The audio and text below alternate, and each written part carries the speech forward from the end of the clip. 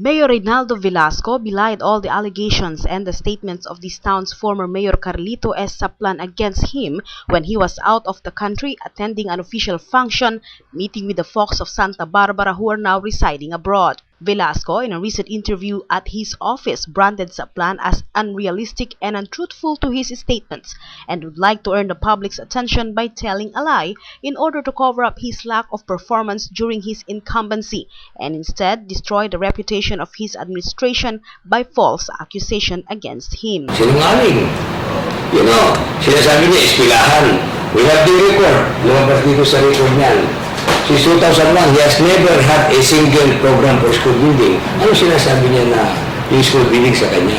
He said, Zaplan has nothing to enumerate as projects nor accomplishments during his 9 years term and another 3 years served by his wife, equivalent to 12 years of Zaplan's administration, compared to his accomplishments, which enumerates numerous achievements in terms of infrastructure developments, focus in education facilities and agriculture development in as short as 2 years. Moreover, Velasco explained that he went to America to invite his kabalayans to come home and see the actual Santa Barbara now. Velasco added that he also did some explaining to the people he met in America since the attack against him has reached them through internet. Furthermore, Velasco believed that the attack against him are pure lies and the intention will never materialize. Ang problema dito, unang-una pati yung timing. Wala ako dito, tapos tumira. Alam niyo man nasa Amerika ako. Kailangan dito sana sa Santa Barbara.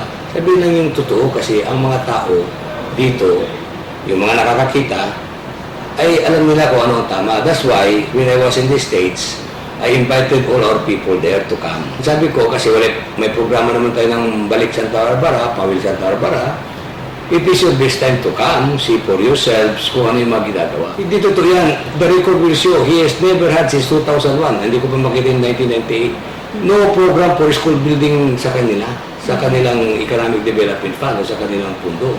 Andyan, the record will show. Kaya mahirap yung atake, wala ka namang facts eh. So, I don't think yung mga lies and will ever succeed because the people of Santa Barbara know the issue dito is performance. Sasabihin pa niya, magsinungaling pa yan i-anas pa nga siya na siyang nagpagawa ng eskwelahan dyan. Hindi niya nakita yan, aksyang mayor, ang dami kong suporta sa kanya. Ano ba naman yan? Dapat magpakatotoo sana siya kasi ang mga tao sa Santa Barbara naman, alam na nila hindi na namumubula. Ang mahirap dyan, yung gawa niya, huwag ipasa sa akin kasi hindi ko gawain niya. Velasco explained that this town has a minimal budget, but because of a proper financial management, they were able to deliver the services at a minimal cost, but quality results like the building of a classroom amounting to only 250,000 pesos compared to the cost of classrooms built by DPWH and other agencies. Donations of individuals and companies in building a lot of projects has been happening because of his transparent management and projects are being done according to its proper specifications.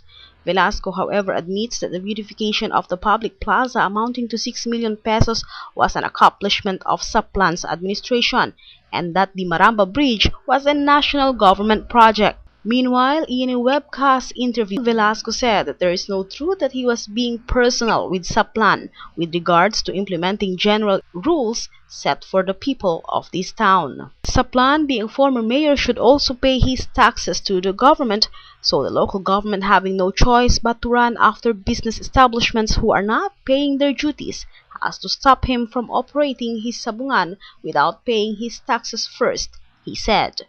He added that he has also made an appeal to the management of San Miguel Corporation to set rules regarding the falling in line of truck drivers of the product distributors since he found out that some trucks owned by Zaplan does not follow falling in line rules.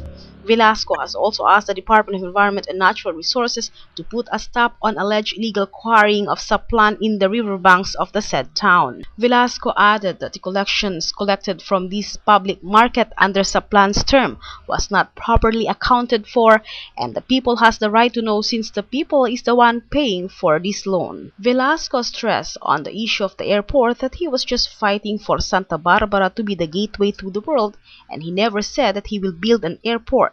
What he has been doing up to now is to look for possible investors who will finance this program, and told Zaplan to stop making noise about this since he has not done any effort for the realization of this goal out of his 12 years incumbency. Hindi naman natin trabaho. Ang problema ni former Mayor Zaplan, yung mga trabaho niya, pinapasa niya sa akin. Trabaho niya yun eh.